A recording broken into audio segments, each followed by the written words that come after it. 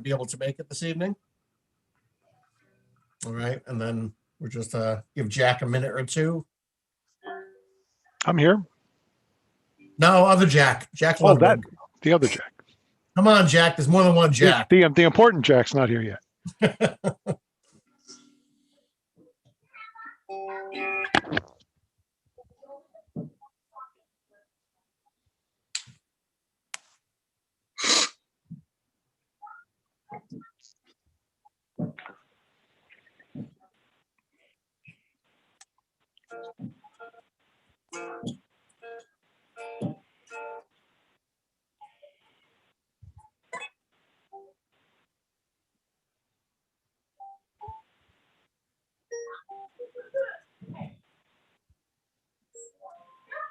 You know what? Oh, excuse me a second.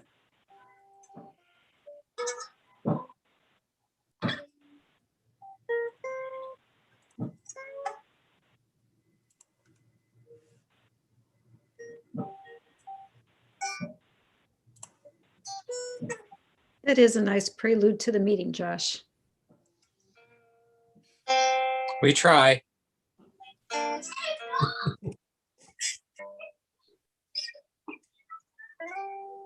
I'd sue the guy who's giving you lessons.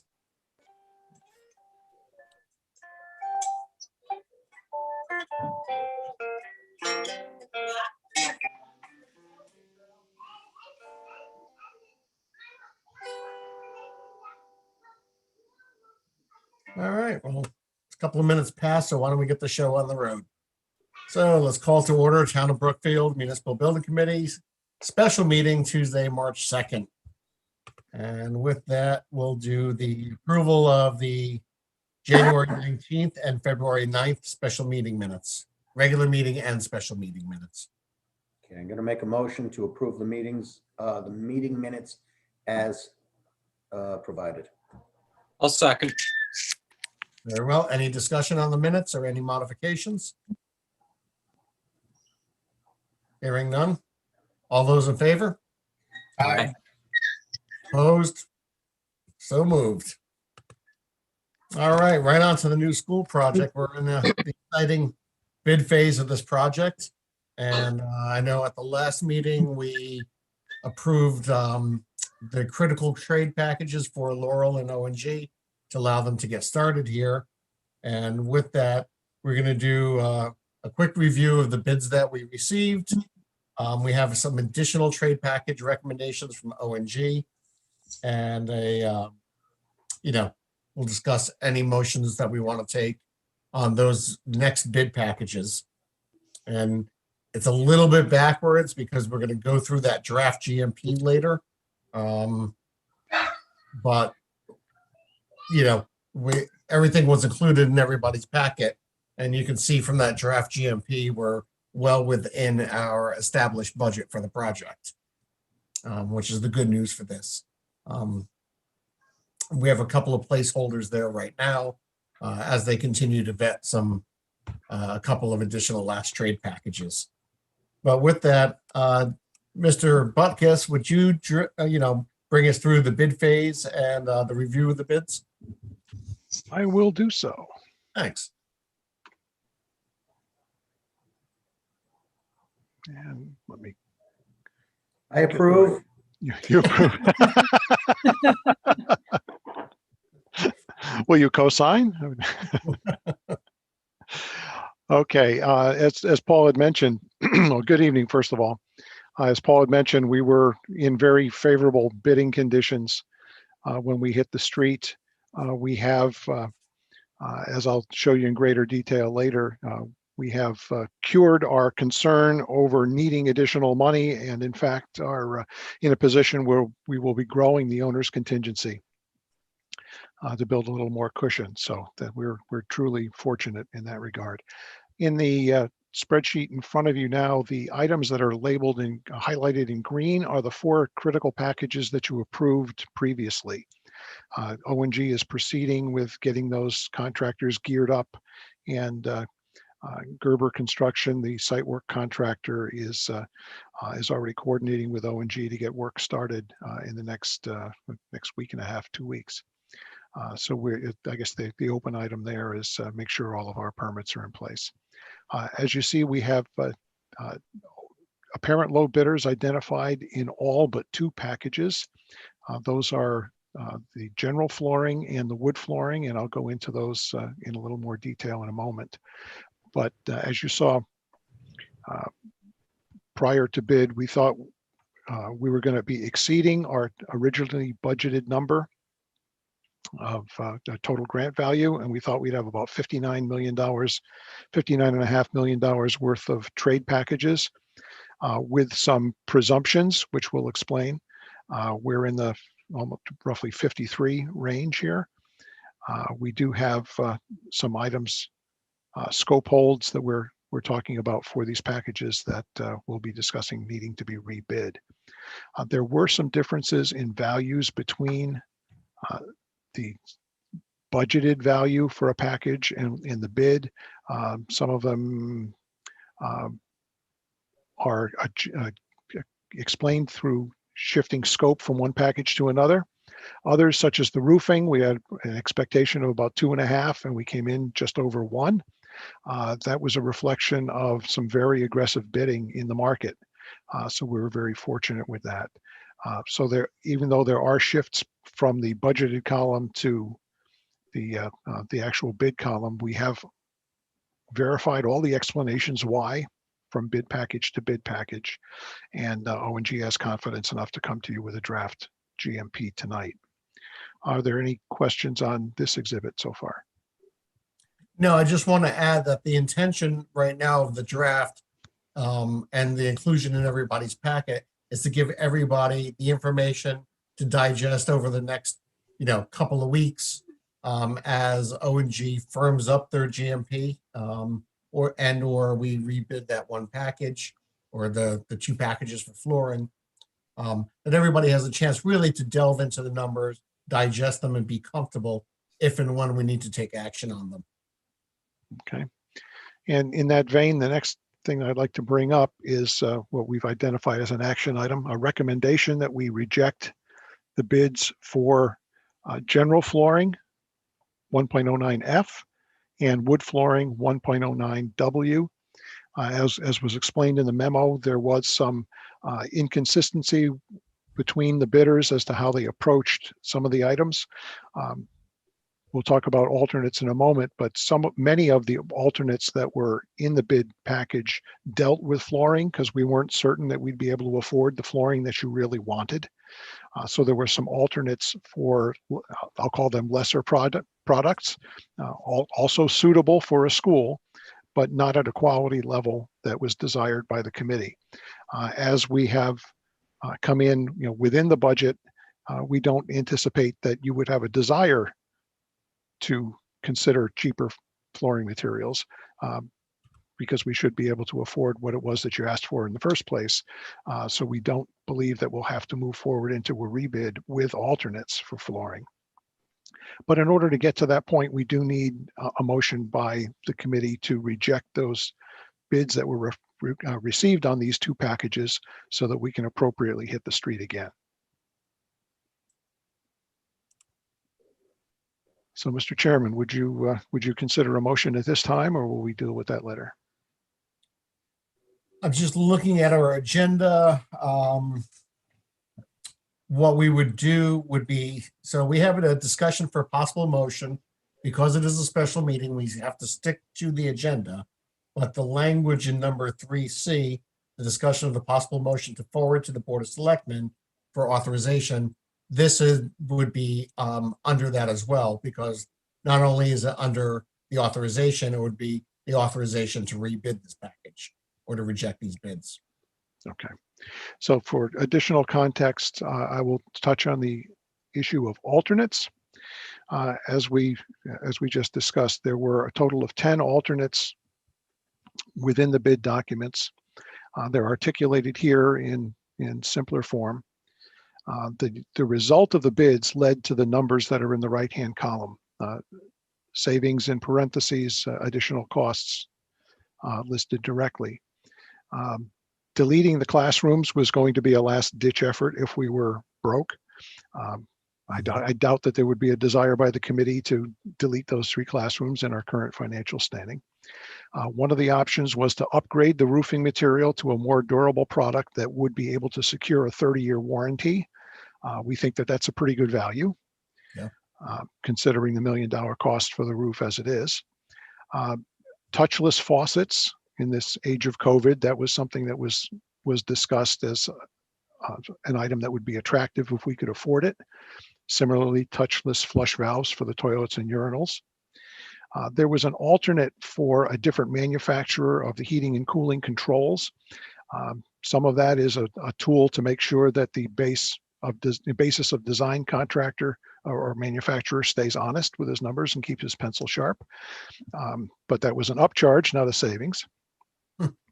Another one, the second elevator cab. As you'll recall, we were constructing a double wide elevator shaft with the potential to have 2 elevator cars if we could afford it, and that would afford you, some redundancy in case one was down for service.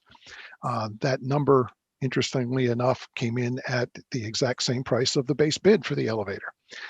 So buy 1 for $111,500, buy 2 for an additional $111,500.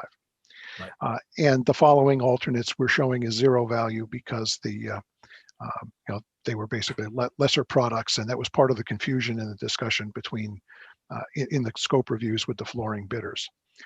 So at some point this evening, in order to allow O&G to work more closely towards a final number for GMP, they'll need to know exactly which of these alternates you want to approve and which you will choose to reject.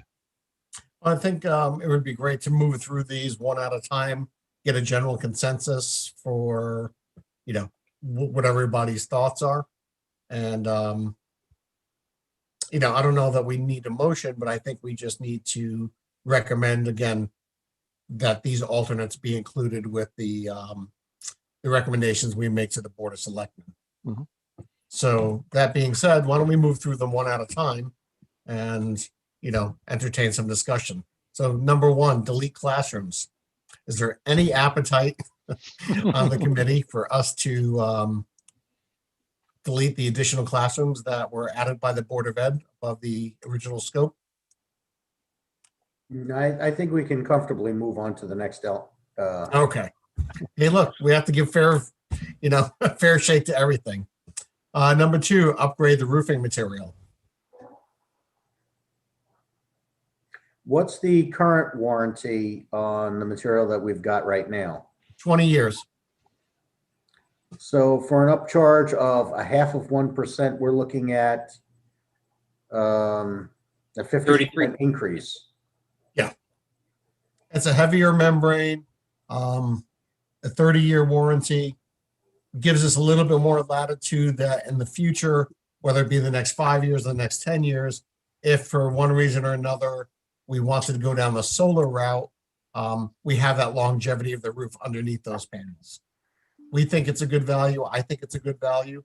I'd love to hear everybody else's thoughts. I'm in favor. I'm on board with it. Agreed. Yeah, Paul, I'm fine. I mean, that gives us more options of having a better roof, no problem. Yes. Laurel has her Considering the hand up. history that Brookfield has had with roofs and schools. Yeah. This is Laurel Purcell with O&G. I just wanted to point out that this 53,000 is completely ineligible, right? That the state always wants us to break this out. So I just need Yep. to make sure you guys are aware of that. That's all. Appreciate the clarification. Thank you, Laurel. Thank you, Laurel. Laurel's correct that, as of today, this 53 would be completely borne by the town, not shared in the grant. But there are some of us in the industry that are actually lobbying the grant agency to make this eligible, because as you note, to get 50% additional life, it's a pittance. And our argument has been that it's pretty fuzzy math to look at this as being an extravagance when the grant folks provide grants for roof replacements. Right. So it's almost cutting off their nose to spite their face. So we'll continue, but between now and when this project goes to audit, we hope to have a positive response to the lobbying effort that we're making. But worst case scenario, as of today, that would be ineligible. right? Our state reimbursement is what, 21%? Was it? 20. 21.43. 21.43. Okay. Yeah. So we're looking at somewhere around $12,000 as far as a additional cost to the town. Mhm. Well, no, it's the full 53. No, it's a full Wouldn't get- 53, but you know what I'm saying, Rob? It we wouldn't, would- it wouldn't if be it was like eligible- 40,000, it's 50,000. Right. If it's eligible, then we'd be responsible for 40. So we're looking at an additional net cost of another 12. Yes. Okay. Anybody who's not in favor of this? I'd be in favor of Jack lobbying harder. We continue. Thank you for All the effort, Jack. All right, let's group number 3 and number 4 together. Again, not only the age of COVID, just elementary school kids in general are nasty, dirty little creatures sometimes. So we try to get touchless wherever we can. Again, we thought it may have been cost prohibitive with the additional classrooms. We're very fortunate for the bidding. So anybody else have something to say on touchless faucets and flushometers? One of the reasons why I'm in favor of the touchless faucets in particular is because we don't have to worry about water being left on and walking away. True. They turn themselves off. Yes. And the default is always, in the case of failure, the default is always in the off position. I'm in favor. I'm in favor. I think it's a big plus for staff as well as students. Yeah, very true. And for cleaning. Yeah. I'm good. All right. Does anybody have any experience with the longevity of electronic faucets versus the, old-fashioned manual faucets? Rob, I can speak from our side of things, specifying these. The only downside to this item is the maintenance item to it, obviously. I'll say we specify these are hardwired, they're not battery operated, so that helps a little bit. But basically the labs we're installing in the toilet rooms have a little AC adapter that plugs in underneath. It's almost like plugging in your laptop, if you will. So it's a fairly robust device. It's not gonna, inevitably someday it'll fail, but there's some pretty good longevity there. Obviously you can't beat a manual because there's really nothing to go wrong, but this Well, is the no, next manual best. faucets will leak, So, Sure. and that's basically where I'm going is what's the longevity of a touchless faucet versus an old school, lever action faucet? Sure. Yeah. I don't think you guys are losing much in terms of longevity here. Again, I do think over the course of 20 years, there's probably a little bit more maintenance involved in these, but I don't think it's drastic. Okay. Thanks, Brad. Thank you. All right, so we'll move to include those in the list that we recommend to the first selectman. Voluntary HVAC control manufacturer. Brad, can you speak to this some? Sure. I'm So fuzzy on this. yeah, no problem. So we had engaged with Automated Building Solutions, ABS, as far as the base bid for the controls contractor for this project. They're a vendor who we think provides a good service to their clients and have done chill beam jobs previously with us. So we have confidence in their ability on the control side of things. However, as always, we don't like to flat spec something because it kind of gives them a blank check to write. So as an alternate, we allowed other control manufacturers to bid this project as well. The contrary to what we got, we thought we would get deducts. So we figured ABS is going to cost X dollars, and there may be another manufacturer willing to do it for less. And whether it was 10% less or 5% less or what have you. But contrary to that, it ended up being more. So with that being said, I don't really see any reason to award in our eyes, what would be a lesser control manufacturer for more money, basically. It And was, that was my question. So this, Mhm. your view is this alternate is actually a lesser controls manufacturer. correct. As Jack said, it was really just something to help keep ABS's pencil sharp, and clearly they kept it pretty sharp. So that's good to see. Right. Thank you for that explanation, because I had the same concerns. Mhm. If I could just go back to the faucets for just a moment. In town hall, I can't speak to the ladies' room, but I can speak to the men's room. There's a sign in the restroom that says, wash your hands in the sink. And for the life of me, I can't imagine why they needed to specify in the sink. That's a good one. I don't know. You should email town hall and ask them why. Should we add that as an alternate in the sign package? Jack, take a note. Hmm. Thank you for humoring me. Let's keep You got moving. it. All right, so everybody, based on Brad's recommendation, is everybody good with kind of striking number 5 out from the possibility? Agreed. Agreed. All right. And number 6, it's what we had always intended. We wanted the second elevator.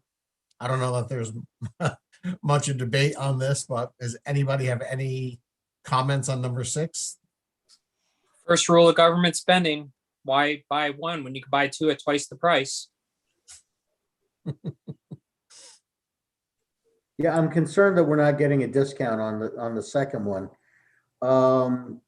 In light of the fact that we only secured one bid for elevator and didn't have to go back out and rebid it a second time because it was a no-show, which has happened on a number of recent projects. I feel your pain. You would hope that there would be some economy of scale, but we are fortunate that we did get a bid that was, and Laurel, please confirm, this was pretty close to your target number, wasn't it? Yeah, I think it was almost within $1,000. I'm going from memory. Yeah, Laurel, it was 110 was our budget, and we came in at 111,500 with the bid. Okay, so 1,500. My gut feeling is to say, let's bring it to the first selectman and the selectmen in general. It's one of those things where that's something that can get cut at the last minute if we run into some unexpected overruns. Yeah, I mean, being a new building, hopefully, from Tecton's standpoint, there is nothing substantial as far as a potential overrun. Generally, we find that in existing buildings. As you remember, the high school with the walls not going all the way up to the ceiling, the firewalls. But the elevator was always intended. We always looked for the duplication of elevators in the event one went down. Because I guess one of the criticisms in Huckleberry is that when that elevator is out of service, that elevator is out of service. The same thing with the high school. And the same thing with the high school. In this case, we actually have 10, 20, 30 classrooms up on that second floor. So the potential that impact to the student body if one elevator were to go out of service is fairly substantial. It's not as if we have a ramp in the building which would bring students up there. In this day and age of being very cognizant of students with disabilities, I would find it very hard to rule that out. Right. Fortunately, Center School doesn't seem to have a problem with elevators. No, but fortunately, Center School has problems with the roof that we're going to fix with this new school. So, and the windows and the siding and the heating and the And the rot. and the rot. But I'm in favor of having the second elevator. Anybody else with some thoughts? I just think it's paramount to have it because you are going to have service on the elevators at some given point in time. Right. And to have it down and not have a replacement, an alternate to use is just, you're going to cause a problem. So if you have both of them, I think that's definitely the way to go. It's either that or Texan can find some way to give us 124 feet of ramp.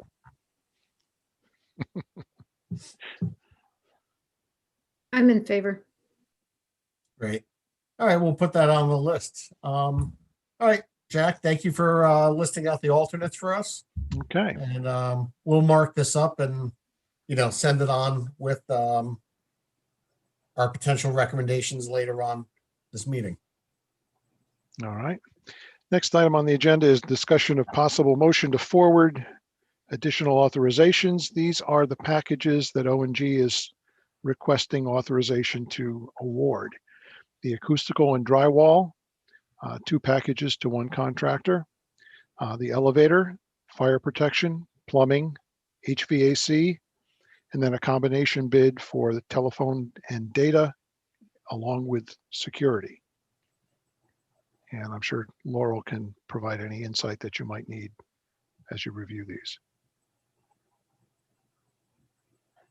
All right, so as we look at the agenda, does everybody want to go through the draft GMP before we take any action on this? Just so everybody can be comfortable with what we're moving forward with, or I'm open to however the committee wants to do it.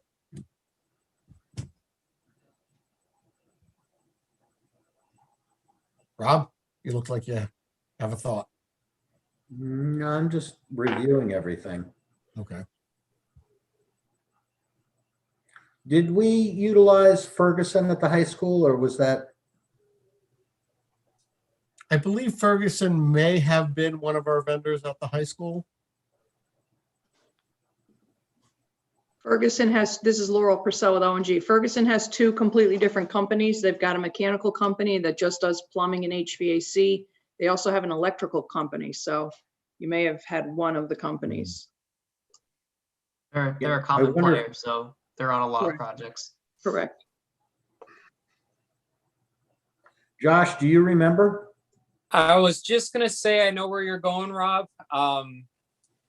They I were, and I do not remember. I want to say it was their plumbing, and I recognize the name as well. But they are a major player, and I know where you're going, where your head's at. But we also have to factor in all the other items at play during that time, such as different design team, no OPM, different different CM.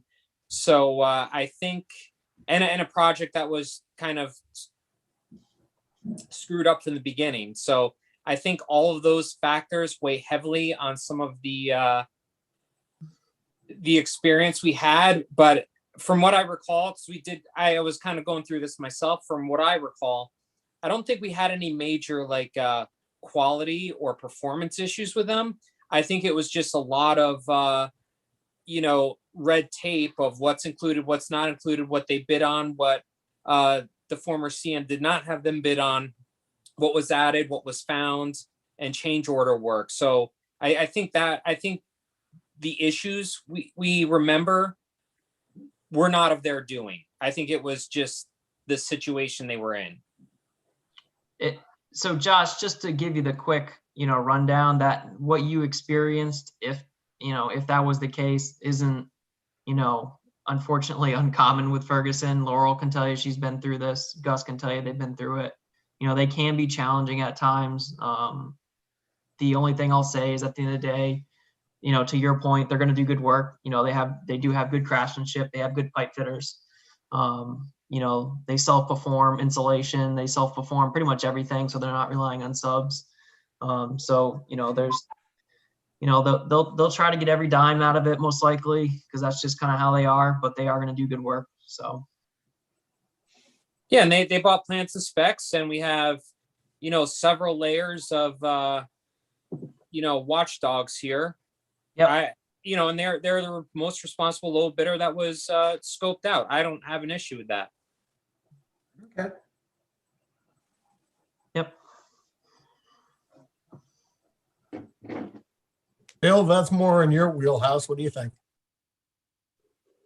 I mean, I know the name Ferguson, you know, we deal with them sometimes. You know, I'm, you know, in the, what Josh is saying, you know, they're a big player and they're gonna protect themselves in any way they can or make money any way they can. That's what they do. So, but as long as we have the people in place that we have, I think everyone's comfortable with that. You know, they do good work. I mean, like they said, their craftsmanship is good. So, you know, I think we're good as long as, you know, we keep an eye on them because they're definitely going to be keeping an eye on us. Okay. Thanks. All right, well, it's up to, you know, Rob and Gus to keep them in line and, you know, I don't have any objections to the contractors listed here or to making a recommendation for these trade packages to the first selectman, or to the board of selectmen, I should say. Do we have any other comments on moving this, agenda item forward? The only question I have, Paul, is I asked this question, I think a couple of meetings ago. I think Brad said he would look into it, if I'm not mistaken, about the extended coverage heads on the fire protection part. Were we able to find any information out on that? I mean, as far as pricing goes and stuff like that? Yeah, so Bill, to your point, our specs do allow for the use of extended coverage heads. As you're probably aware, you know, fire protection is a delegated design. So what we show on our plans is sometimes a little bit conservative just to make sure, you know, we own as much scope as we can on our drawings, and kind of hold the contractors to it.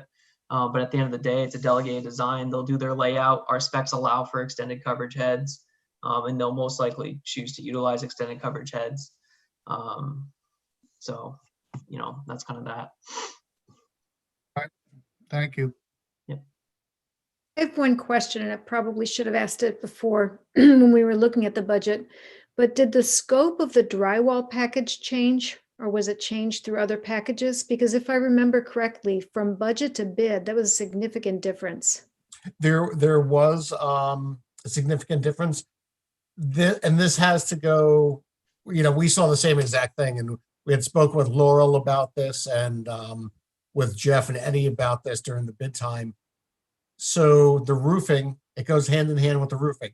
They moved the wood blocking in the roof package from the roofing contractor, which then lowered that estimated amount to the bid. And they added it into, I think it was the drywall package, Laurel, Yes, that's which correct. involves rough and finish carpentry. And they moved all of that into there. So there was a lot of these, housekeeping items that were actually moved into the drywall package for the carpenter to do rather than having multiple sets of carpenters amongst other trades. And this is Laurel Purcell with O&G. If I could just add on to that, there was also another switch with the timber. There's some exterior timber, there's some timber framing that was in the general trades package. So we had the exact same issue, the situation when we switched some scope of work from general trades over to drywall and acoustical. So you'll notice the drywall or the general trades is also lower. And that's another trade-off that went to kind of acoustics. And that was worth a lot of money, the timber. So. Okay, thank you. So Colette, to your point, you know, it's tough when we're estimating and you look at these things in singularity, but when you aggregate them all together, you know, that's the balancing act you try to do with these. So if you were to take the estimated numbers from general trades, acoustical, drywall, roofing, and aggregate them, and then take the estimates and aggregate them, that net difference is much closer. The delta is much closer than each one on a singular basis. Thank you, Jack, for bringing that back up real quick. Okay, thank you.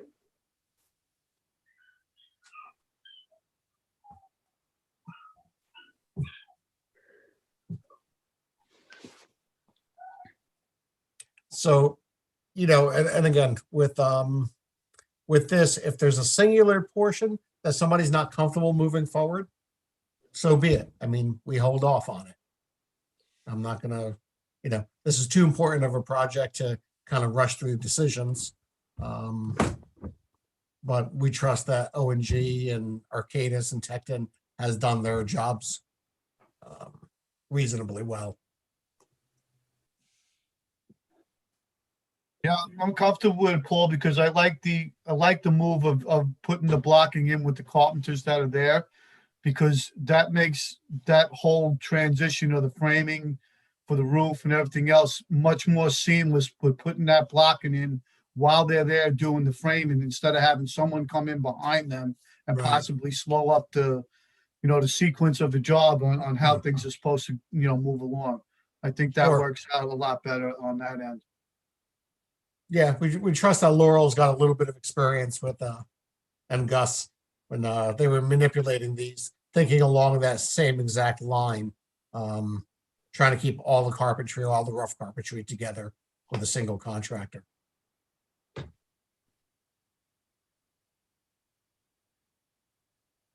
All right, so that's the review of the recommendations from O&G. Item 3C is we just had this discussion. If somebody would be so inclined to make a motion or to entertain a motion, that would be fine, or we can table it. It's up to the committee. So I would make the motion that we recommend to the Board of Selectmen the acceptance of this mini trade package and allow O&G to proceed with letter of intent to that effect, as well as, what did we need to remember prior? 2 packages to reject the bids and the And also acceptance of to reject alternate. the bid, yes, and also, thank you, Jack. And also to reject the flooring and wood flooring bids so that they may be revised and rebid. Okay, Do Second, we also need to add on the alternates? well, I think for this one, it would just be the one alternate that's in this recommendation for the elevator. 3, there's the electronic faucets following. I'm in. sorry, the electronic faucets, you're right, I'm sorry. So as presented. Accepting alternate number 3, 4, and 6.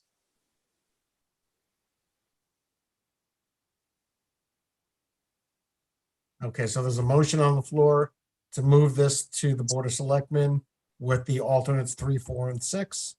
Can I get a second? Second.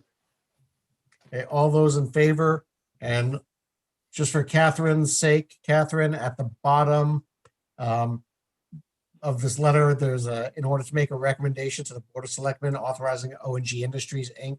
to enter into a contract. That would be the verbiage right there for the motion, as Josh said before, which includes the approval of alternates 3, 4, and 6. So kind of the motion language is right at the bottom of this letter. As well as the wood, rejecting the wood flooring Plus the and flooring bids to be later rebid. Right there. Okay.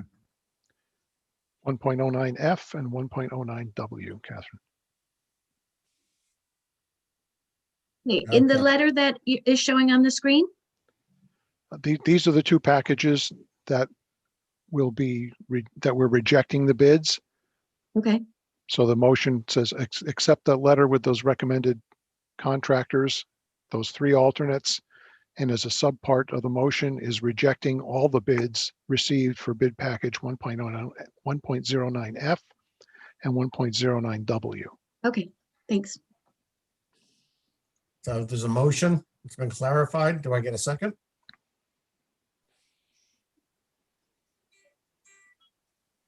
second. Anyone? Who said that? Rob? Yeah, I did. Bill, Bill? Yeah. All right, you're gonna have to shoot rock, paper, scissors with Rob then for the second. Go ahead, Bill, you can have it. All right, Bill's got this.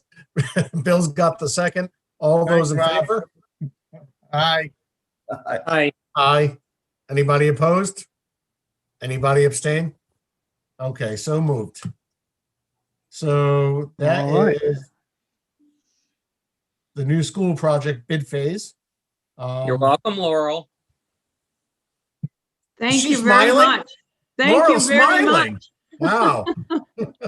Oh, let me get my calendar. I got to write this down because last year there was a day when Laurel was nice, and this year Nice. there's a day that Laurel smiled. Okay, so on this bid phase now, Jack, I know we've heard your update and Tecton for new school project bid phase. Do you have any update you want to chime in on? Jeff, Eddie? Go ahead, Eddie. Yeah, a couple things. I guess well, first we're working on a 124-foot ramp and then some new signage for the toilet rooms. All right. So yeah, we're working on submittals are starting to come in and RFIs. We're planning on issuing the addendum for the end of the week for some of the clarifications for the flooring and the wood flooring packages. Been working through some finish items with the building committee and I on to kicking that off once the land is. There is a meeting this coming Monday with the Inland Wetlands Commission to confirm that the revised documents satisfactorily met the conditions of the approval. So Tecton and Malona McBroom will be attending that meeting in case there are questions. We've just today gotten some cost information from Eversource for the new gas main. Brad is following up with them to kind of confirm whether that included all of the scope we needed. Let's see, we got the stormwater general permit has moved forward. And we've confirmed that the health department and zoning have no further issues in processing the building permit. So I think that's, So if wetlands approves, then building permit will be issued, correct? I think that's the last step at this point. Should be. That That was the last piece. Comment on anything. Okay, great. Jeff, you have anything else to add? Yeah. The only Eddie, you cut out a little bit, at least for me. I think you were talking about. That's okay. Maybe you were talking about the FF&E will be starting up at least, in the next several months, where we're going to start, dusting that off and looking at the whole fixtures, furnishing, equipment, tables, chairs, all that kind of stuff. So that's kind of what we're working on. Great, thank you. Jack, you have anything else to add besides what we already updated on? I know Rob had a couple of comments to make on, project setup stuff, and then I'd like to loop back just for a brief moment to talk about budget. Yeah, I just want to cue everybody in on where we are getting the project set up. So Jack and I are working on a project management plan, which will just highlight the roles and responsibilities, the chain of command and communication workflows, as well as workflows for approvals. So that way we have everything written down as kind of a guide to make sure that we're following what is required by the MBC. Emily Cifuentes, who does our financials, is getting information together for the builder's risk policy. So we'll be getting that in order shortly. Our owner's project team is getting brought up to speed with the ONG AConnex project management software. We've been handling RFIs for the last week and a half or so, mainly from structural steel and curtain wall. And they're being responded to by Tecton and Swezak Associates, our structural engineer. And our first set of schedule of values are coming in for review. So Tecton and Arcadis will be reviewing those, and as contractors come aboard, we'll be keeping those going. So that is it. Great, thank you, Rob. All right, just to.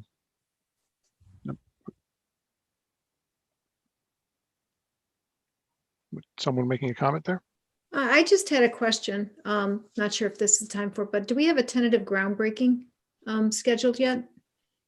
Not yet. I know we spoke with Dr. Brill briefly about it. John had called me, it was about a month ago, regarding shovels, things like that.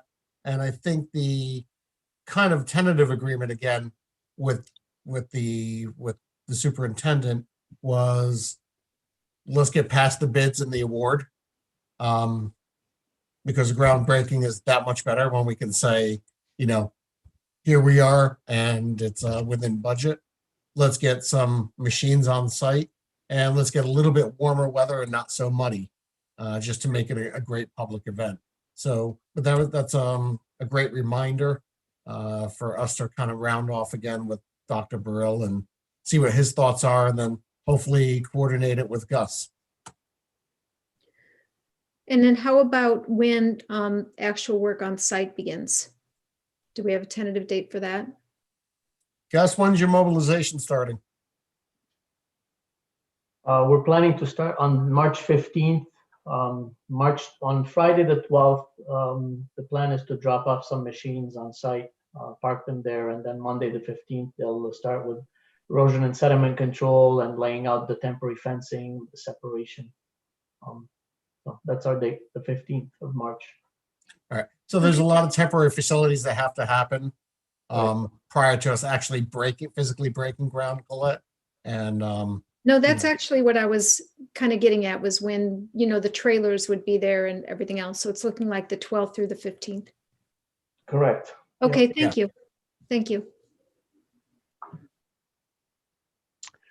Okay, to just touch on the subject of budget, this image is the budget that we had presented last month before we went out to bid, where we thought we would need to be taking from original budget line item, adding over a little over $1 million to the construction value. We, because of the increase in enrollment, chose to add money to furniture, equipment, and to the technology budgets, which was a little bit more to the playground budget, which was going to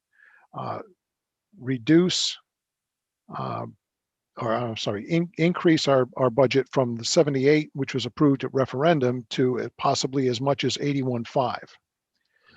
We are fortunate to be in a position where we can report that even after making those additional investments in furniture and technology in the playgrounds, we have actually come in under budget based on the drafted GMP values, with a couple of, you know, lump sum holds for those flooring rebids. So rather than adding $1 million, we're looking at $3 million under the original 66 target, which by the time that $1 million gets invested into furniture and technology means that we're adding to our owner's contingency almost $2 million. And depending on how the rebids go out and just how much CM contingency we have to use during the project, it's possible that this owner's contingency will be supplemented yet further. So overall, not only are we not going back to the Board of Selectmen and the public asking for more funds, but we've got a little more cushion. We've got almost twice the contingency that we thought we were going to have in our original breakdown of the budget. So I just wanted to share that good news with you. Thank you, Jack. So with that, that's a great segue into Laurel giving us a quick walkthrough of the draft GMP, the document that's going to continue to be revised as we get hard bids in on the flooring and the wood flooring. And that hopefully by, say, the end of March, we'll have a final GMP that we can review and take action on. So with that, I'll turn it over to Laurel. Okay. Has everyone received it? It was distributed prior to the meeting, correct? So I'm just going to walk everybody basically through what this document is. If I'm going too fast or too slow, you know, let me know. Feel free to ask any questions as we go. Assuming you can see this all, correct? Yep. Okay. So this is actually going to be an attachment, and I'll show you at the end what you can expect when this gets more final. It's identified as an attachment, and again, I'll come back to what a final one will look like. It starts with a table of contents, and again, I'm going to walk through each of these items. A lot of this is laid out in our contract, our CM contract agreement. There's a lot of these items are called for in there. So this is the actual cost summary sheet. We call it Exhibit A1. The dollars that are listed on this sheet are fed from other pages in the backup. So I will go back to, you know, as we go through the document, you'll see that these numbers are tying in. So it starts with construction costs. What are the building, site and building costs? And then there's a trade contracts, including what I presumed would be accepted alternates, which happens to be 2, 3, 4, and 6. So this will tie into a document that we're going to get to. This is another document. And again, I'm going to explain all of these, but just so that you can kind of follow the money, if you will. So here's our hard trade costs, if you will. This is now general conditions. This is the cost for O&G. And again, this will be broken down between in the staffing matrix. So this is fed from the backup. Here's some additional CM reimbursables. So this is for placing the advertisements. We did some bid printing. This covers us for a rebid. So I put in enough money to go through the effort again, because when we place an advertisement, not only do we need to advertise it down in Danbury, local paper, we also have to do a minority advertisement. So I put in monies for that. We're also carrying an amount, and it's not like this is the number, it's a value to be able to charge against for the owner's project manager field office. So this is Arcadis's trailer. Here's the building permit fee, because we've applied for it, so that's what the actual number is. And this is a stormwater permit fee that was pulled a long time ago, back in December. Anybody would have had to pay for it, whether it was us or the site contractor, but because it's such a large site, we needed to preempt this and put it in. So these are just what we call reimbursables, kind of getting reimbursed, so these other costs to O&G. The next items, am I going too fast? Okay. The next items are purely, again, out of the contract. So this is right in there. This is the 3% CM contingency. So it's 3% on the construction costs. This does not get spent without owner approval. This is our general liability insurance and our bonds, again, straight out of the contract, what the percentages are. And last is the fee, CM fee. Again, the percentage is straight out of the contract.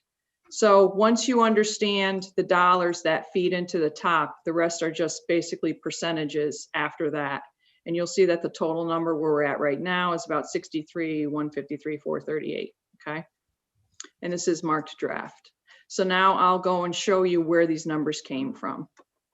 So the next part of the GMP is just all of our bid results, in case you wanted to see them. It's just a recounting of all the bids that we got and kind of the order of how they were received. So this is just for information only. And again, there were 3 distinct bid dates that we had. When we do the rebid and you see the results in here, we will, I'll be fixing all this flooring and all that. So that will get replaced once it's done. So again, this is just going through all the bid packages. We allow contractors to not just bid on one particular bid package, but to give us combinations. So in this case, somebody gave us a combination for abatement and final cleaning. Somebody gave us a combination for architectural casework and general trades. So what we do is we take the low bid for each of the 2, we add them together. If the 2 lows are low, they stay low. So that's what you kind of see reflected. Here was a combination of plumbing and HVAC. And then you'll notice, or you may notice, so this 1.27D and 1.27S net services, they were actually low. They were low and they were low. And then they gave us a combination bid. So you actually saved some money there. And I was anticipating this combo, but it didn't come in. So that's what that information is. This is the contract award sheet that Jack had showed earlier. Gotta get this little ribbon of people out of my way. And this is where you'll see the first tie-in with dollars. So when you saw this number right here, and this included the alternates. So that's the value of the accepted alternates, which were 2, 3, 4, and 6. That number is what's your very first number on the A1. Again, this was just, you'll see this once it's been finalized, but this is what I was making an assumption on at the time. This is what would be accepted, and these would be what were rejected. Sometimes building committees want us to hold some as open to accept later. I'm not anticipating that here, but again, this will, if anything changes between now and next week, I will change that. Now, so from a building committee standpoint, really the only documents other than the cost summary sheet that is information for you to consider is this Exhibit C, which is what we call the Schedule of GMP Allowances, and I'm going to go through this in more detail. This Exhibit C and the next document, which is this Exhibit D, exclusions, assumptions, qualifications, exclusions, and clarifications. You as the building committee are most interested in these two documents as far as wanting to study them, understand them. These are holds. We call them like holds. I gave you guys separately. I hope you saw it. I called it Exhibit C1 that had a breakdown of all the different numbers, values. Does anybody remember seeing that with a bunch of yellow? I had a bunch of yellow breakdowns. Did that get passed out? Does anybody know? I didn't have that open. There were 7 attachments that went out. Was it called a C1? I didn't even think to have that open. Hold on. Here it is, draft. So what happens is, so did anybody see this? This is just how I came up with this number here. No, It's just a breakdown. You guys did not see this? no. Okay, so the clean version that you have, I'll go back to the clean version so you can look at it. The state OSCGNR only allows a max of 6 allowances. So here's I'm sorry, I'm blowing it up, but I'll blow it back up again. So here's my 6. It can only be for like one number because it's supposed to be one allowance, right? But this is like the description of the allowance: design, scope clarifications after scope review. So these are some items that we discovered after we did our scope review, things that we know we're going to have to change or modify, or things that we didn't buy or whatever. So I'm going to switch back to this Exhibit C1 just so you can kind of see how the numbers added up. So this was a new school entrance sign. It shows up on the drawings, but there's not really a design. We know you're going to want one. So I put in 35 grand to hold it there. So this will be a change order to a trade contractor, but the dollars would be included in the GMP. So it's it'll still be treated as a change order, but just to the trade only. This next item was something that we found during a scope review. This was just a timing thing. We issued an addendum 5, which had some structural steel changes on the same day that the structural steel bids came in. So that kind of just missed their bid. So we got a value from them. And then we may need to make an elevator shaft pit dimension change. And this again was based on our scope review meeting with Kone. So this doesn't mean we're going to spend this money. It's just money that's being set aside within the budget for when these items need to get bought further. Okay, so that's the intent of these. These are things that we discovered during scope review that we know we're going to need to carry. And again, it doesn't mean we're going to spend this. It's just that's a hold that we're putting in for now. Number 2 is the utility company charges. This is every sort of utility company charge that we could be charged for either getting temporary power. This is the utility companies though. So this is what they're going to charge for any sort of consumption. This is also for when we're doing our temporary heat next year, when the building is enclosed and we need to have fuel consumption. So this is what this is for, because you can't really tell somebody to carry it in their bid. They won't have any idea what to carry. So this is why we kind of do this, just to keep it out of the bid so that as we need it, this is what we would draw from. So this is any sort of utility service connection fees. So if you have to pay for a sanitary connection, if there's a water tap fee, in the road, I know the main is there's the dollars for the main are carried somewhere else, but at some point somebody's going to charge a connection fee. So that's what the purpose of number 2 is. Hey, Laurel, Yep. just a quick question for clarification. On the allowances, these are pretty much like a contingency where they have to be issued by change order and subject to owner approval. Correct. So it's not that you guys are just going to go and spend $35,000 on the high school entrance, on the school entrance line. It's that there will be some design, a contractor, a change order, or a change order proposal written. We'll get a chance to review it. So all of these items are fluid, if you will. Correct. And I'll Right. skip. And Go ahead. Paul, this is Dave. So Hey, Dave. how do you want, for time's sake, we have this, and I think as Laurel mentioned, we have exhibit C and D that require some review. Should we just kind of present, where they are in the document and then move on instead of going through all the details of that? That way we just get through the rest of the format that makes up the document and let the committee members take the time outside the meeting to review it and come up with any comments they have. Yeah, I think that may be a great format. This way everybody can kind of digest it. Mhm. Look, they can send in Okay. questions. We're going to go through this again Okay. next meeting again. Yep, yep. In more detail. But Yep. thanks. And then just one more, number 5 might need a little explanation. If everybody remembers when we went up to the state to get approval, there was this off-site work. Right. So I'm just carrying some value in here for that. And that's why this is such a big number. I'm allowing certain numbers here for when the bids come in for the flooring and the wood flooring. So again, here's our next number that if you were to go back to exhibit A1, this would be your second number that was on that total. So if we circle back to what Jack Butkus presented last time, or last, just prior to you, that number, Jack, was everything which is inclusive of the fields. So that $2 million delta of that cushion that we have is inclusive. So the fields are included in all the numbers, correct? Yeah, if he used a number that was like this and it was something like that, it was somewhere around 63, 153. I don't know if it was this exactly, but this does have that 4.5, which has the fields. Okay. So just so, and that was a great clarification. Just wanted to make sure that, we have that cushion, but then we have these other expenditures.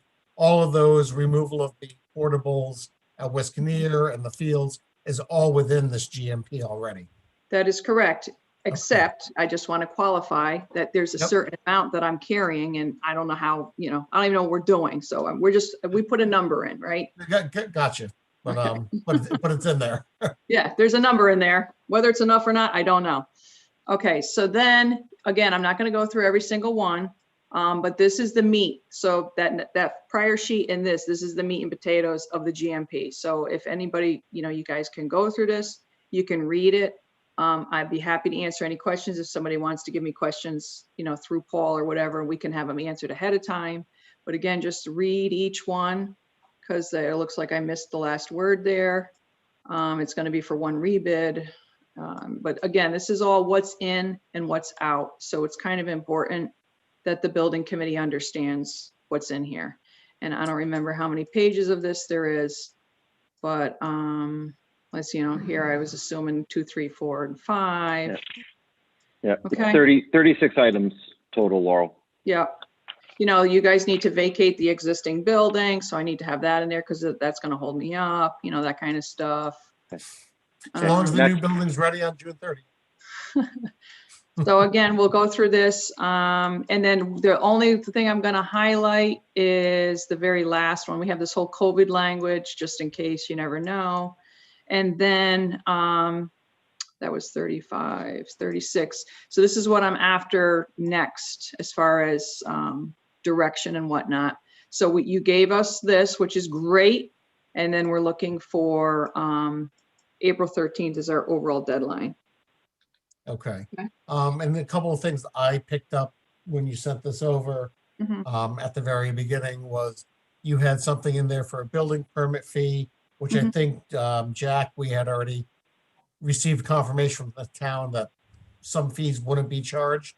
That is correct, but there is a 26 cents per $1,000 of construction value that gets paid to the state of Connecticut for the building officials and fire marshals training fund. And that cannot be waived by the town. Is that what that 7,800 is? Yes. Yep. Okay. And then I also saw in there connection fee for wastewater for sanitary sewer. And I know that's a discussion that we had way back when. I don't know if you recall that. We were talking with WPCA about how they assess our connection since we're already connected to the system. Right. So So that's, it's gonna be waived. and that's a healthy amount. So we'll have to talk about some of those items. Okay. As Laurel mentioned, that utilities allowance is consumption Mhm. and connection fees if they happen, and if you don't spend Yep. it, you get it back. Yep, Yeah, exactly. no, exactly. Right, it goes right back to you guys. So I'm not going to go through the rest of the documents. I'll just highlight what's there. You'll see that there's this Exhibit E, which is the list of the documents. There's a schedule. And then the G and the H is what makes up the general conditions. It's how we plan on staffing the project. And that those costs are what roll into this number right here. So just to introduce the document to you guys so that you see what it looks like. And just to flash to you at the end, once it's all said and done, again, this isn't from another project, but this is considered an attachment, so is yours. So when you do get this final, you'll get a cover sheet and you'll get what's known as an AIA document. So it's going to look like this. It's going to have the guaranteed maximum price written in here, and it's just going to point you to those documents. It's going to be a simple 2-pager.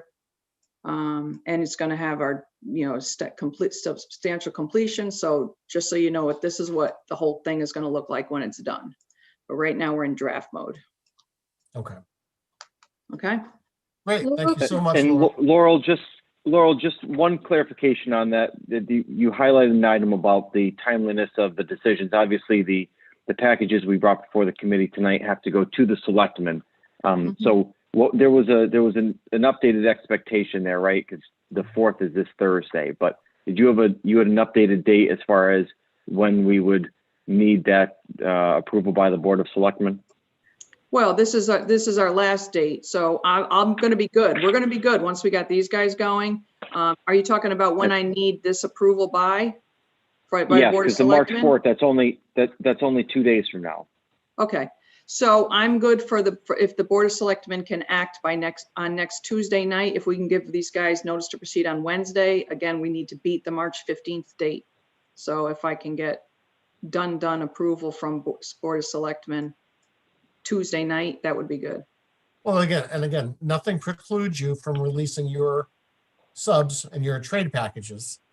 I know that's a contractual thing, but it is, right? We can't issue anything in writing. We'll do due diligence and send it on to the Board of Selectmen. However, public meeting schedules sometimes don't go by strict deadline. So it's what we can do. We will try our best. We will send this out to the Board of Selectmen tomorrow at some point, and hopefully this will get on their agenda.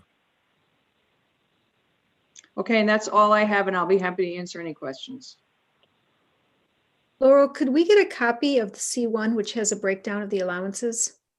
Yes, it was sent out. I guess it just got missed or whatever, but No, I thought that is in the GMP that you sent out. Right.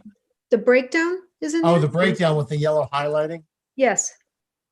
Yeah, I just looked through my emails, Laurel. I didn't see anything from you about this. The C1. No, sorry. Okay, that's okay. It's just a 1 sheet. I'll send it right after tonight's meeting. I'll send to Catherine and then she can distribute. Sure. Thank you. And again, this is just like buried detail because the GMP, the state actually wants to approve. They claim they want to approve the GMP. So, this is what it will go to the state. All right. Any other questions?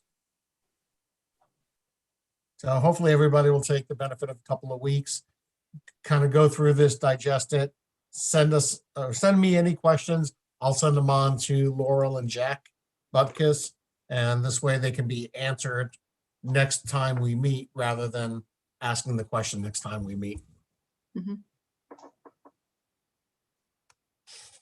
All right, Laurel, thank you so much. You're welcome. All right, so after that, agenda item number 5 was communications. Catherine had received the letter that was originally sent to Inland Wetlands that they kicked over to us from Cheryl and Art DePoy. It was regarding the water line project and then the utilization of the trench, same trench for the gas. Again, the water line isn't under our purview. It's actually a town project.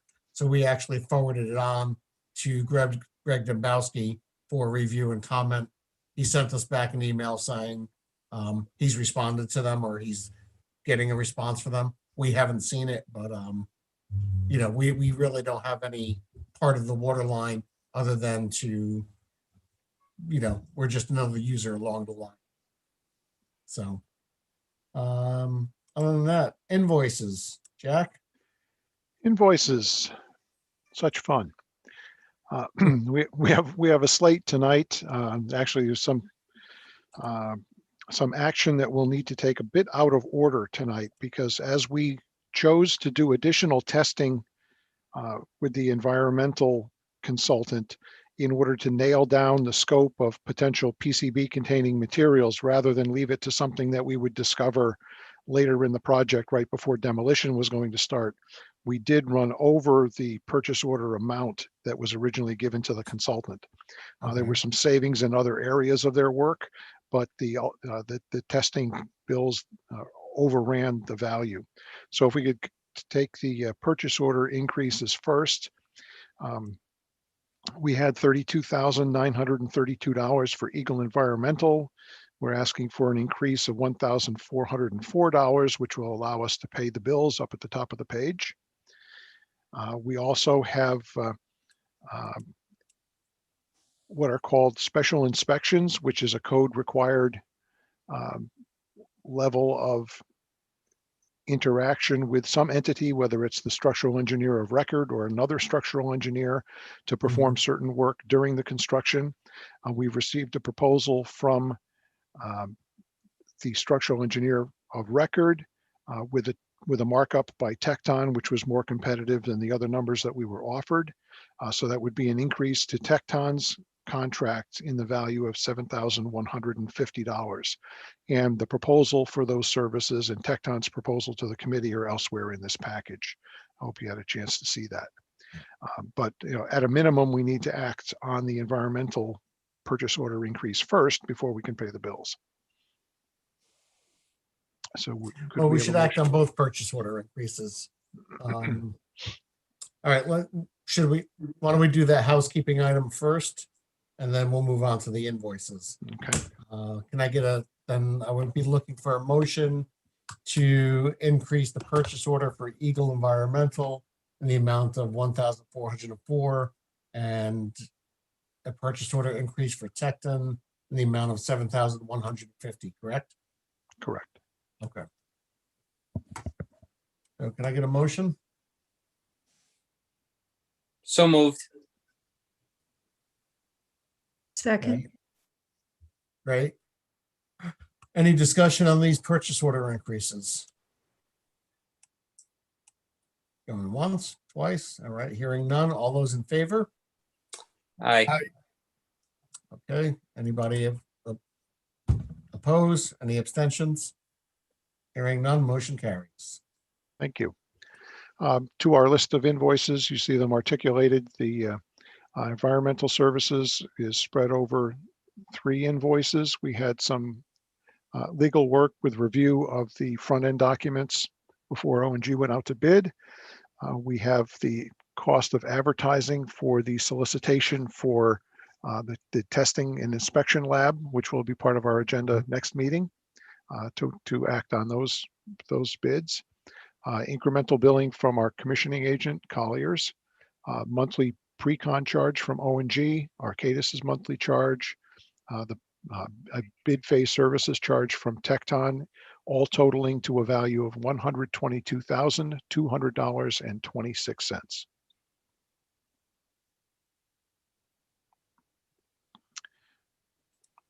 And the individual items are part of your backup to the rest of this package. So Tecton is billing out 75% bid services. I see. Got Eagles.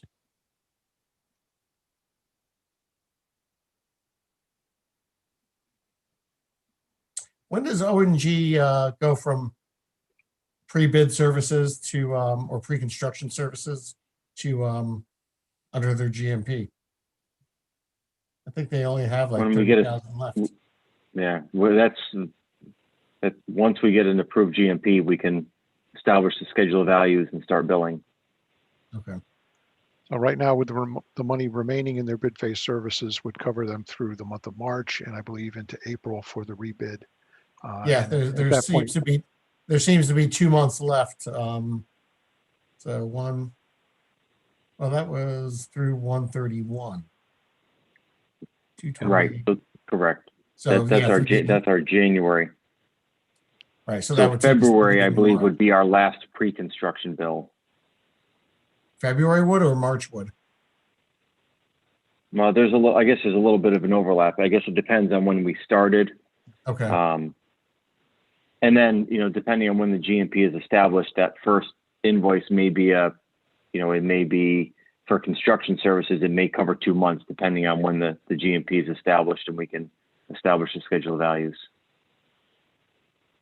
Gotcha.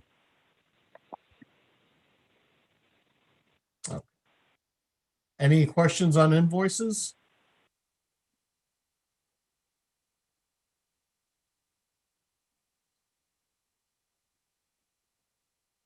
Hearing none, can I get a motion then?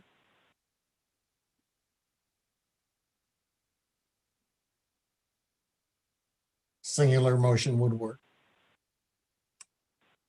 And I'll make the motion to approve all invoices as presented in the total amount of $122,200.26. Second. Get a second? Second. All right. All those in favor?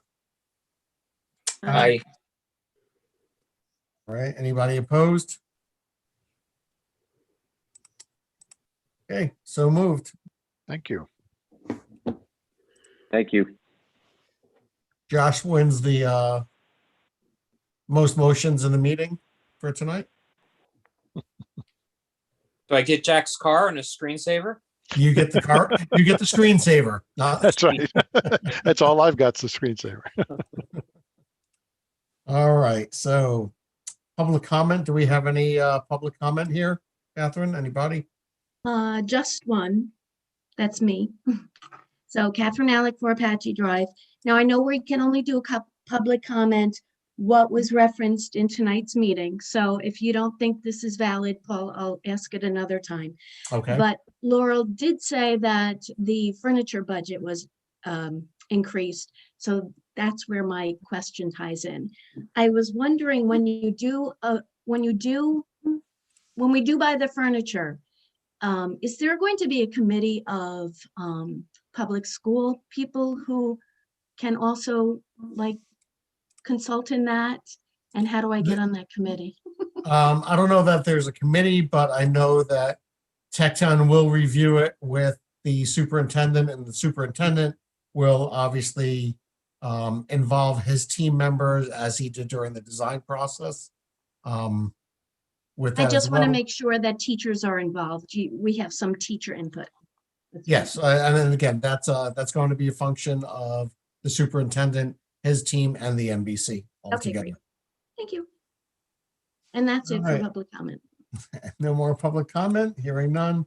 Next regularly scheduled meeting, sorry, is March 16th. Laurel, do we anticipate that we're going to have action items for that for ONG? No, not unless you just want to breeze through and approve the GMP. Should we take a motion on that? Paul was saying something about your sense of humor earlier today. I don't think this is what he had in mind. That's a much drier sense of humor than I was referring to. Paul, is there any merit to, if we can get comments, before that meeting, would you like us to address those comments in the meeting, or are you looking for the commenting and response to comments on the GMP to happen outside of, say, the meeting forum? It makes no difference. What I'm trying to do is kind of make the best use of everybody's time. If there's a reason for us to meet, that's based in you guys need an action item for us to carry forward. We've been doing these kind of special meetings as we need them. That's great. We'll continue to do that. But if we don't need to meet on the 16th, if we don't have any regular action items, then we can forego the March meeting. Well, let me Okay. ask, we will have, since we skipped the February regular meeting to have a meeting tonight, we're processing the January invoices now. By the Right. 16th, I would have the February slate of invoices waiting to be paid. So my question would be, if we do not meet on the 16th, when would you anticipate the next meeting happening? So I could let folks who have submitted invoices know how long the delay may be in their requests for payment being processed. Well, I would then say at that juncture, we're going to be meeting shortly thereafter to establish and vote on the GMP. What I don't want to do is meet tonight, meet on the 16th, meet on the 23rd, and meet again on the 30th, you know, being respectful of all the volunteers' time. So, Laurel, when do you anticipate having the final GMP? As far as I'm concerned, it is final. I mean, that number's not going to change because we're not going to get, I highly doubt, maybe, we're not going to really get the flooring bids in. So I'm covering for us right now. There's a dollar value in the GMP to cover these bids coming in. So it would just be a matter of adjusting it afterwards. So I'm not anticipating anything changing between now and the next couple of weeks. It's just making sure that you are all comfortable with the dollars that we're carrying. So do we Suppose the do it? flooring comes in $2 million higher. I know it's not in the realm of possibility, but suppose it does. Then we have a GMP, which is an adjustment, which may put us over budget. I don't think so. We're carrying, I think I'm carrying 700,000, you know, No, I understand what we like to do and what's our preference and my preference personally is to set a GMP based upon having all the bid packages in. Okay, I don't, yeah, so when we go out to bid for the flooring, it's probably gonna be next week sometime. Okay. And then you gotta give them a couple of weeks, gotta vet them. So I wasn't planning on holding up the GMP for this rebid. That's why I was carrying these values. So you're talking probably I getting. thought that's why we were doing this as a direct. No, we're just, it's just your first blush at looking at all the other dollars. So if there was other things that we needed to change, I could make those changes. 3739. So then at 39, you're talking about 2 weeks after that. So do we? 323. Right. So do we, as the language in the GMP is not going to change, do we give ourselves a week to review, have our regular scheduled meeting on the 16th to approve any invoices and go over any questions? That gives ONG a week to respond to any questions, and anything that needs to be fleshed out in person does in our regular meeting. We approve invoices, so that should be a relatively quick meeting. And if we have to have a special, or when we have a special meeting to approve the GMP, that should be a quick one too. And we could always forego April's if need be, if depending on how soon it is. Yeah, I don't think we're going to be able to forego April's because Gus Because is we're in the midst of it, I know. yeah, we're going to start, you know, hot and heavy then in April. May I inquire? We'll give it some thought on the March 16th meeting. Again, I'm of the opinion that I want to see the flooring bids and have everything in line. So if that has to be on the 23rd, you know, let's move forward with the flooring bids. I can't see that it's going to be much more than a 2-week bid process. Right, but so I'm wondering, do we give ourselves a deadline to ask any questions of the GMP in writing, so we can present that to ONG prior, rather than doing a roundtable, which could just get off the rails at a meeting? Yeah, no, I agree. That's a great idea. It's going to be, you know, give everybody the benefit of a week and a half. Right. To ask questions so we can send them to ONG. And then that gives them a week to formulate any responses, and then any clarifications, we can have a discussion at that GMP approval meeting. Right. I just want the GMP approval First, absolutely. To be based upon bids that we've received in every package. Right.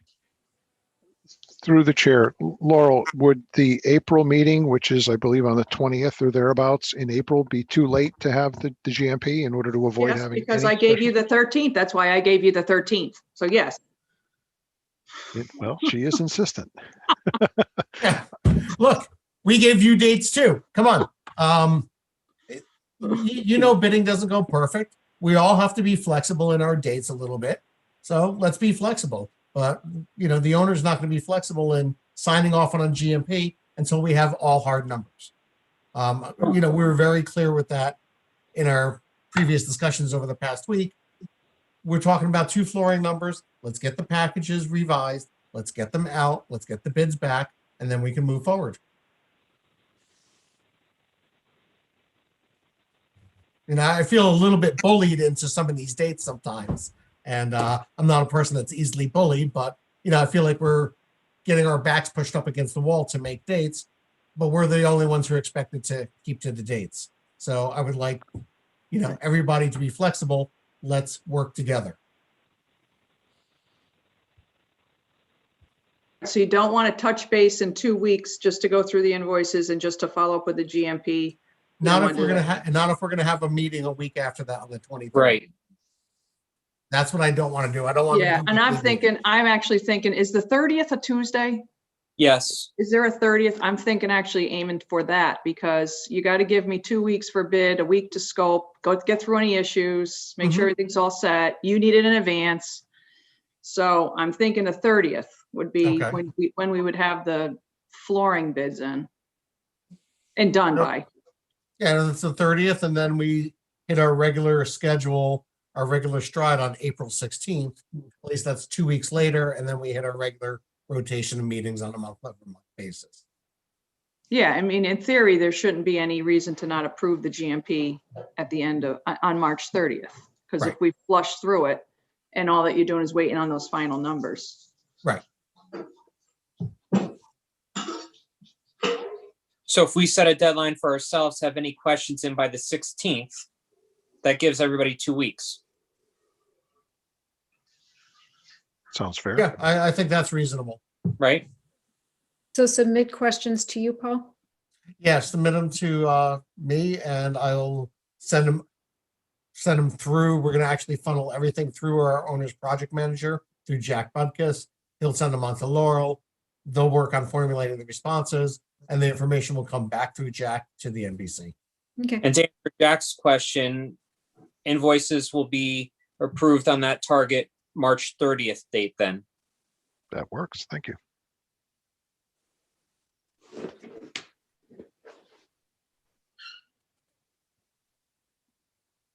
All right, so we have on our agenda next regularly scheduled meeting, March 16th. Catherine, we're gonna just leave that for now. And, you know, about a week prior, we'll just make sure that we don't have anything that's urgent that needs to be addressed. And if so, I'll send you a communication saying to cancel that meeting. Okay. All right, but don't cancel it yet. Let's just leave it Okay. open. Okay. All right, any other business? Actually, we can't have any other business because it's a special meeting. So hearing no other further business, I'll adjourn the meeting. Thank you, everybody. Thanks, Good. Ed. Good night. Thank you. Thank you. Good night. All right, everyone. Bye-bye. Night. Good night, guys.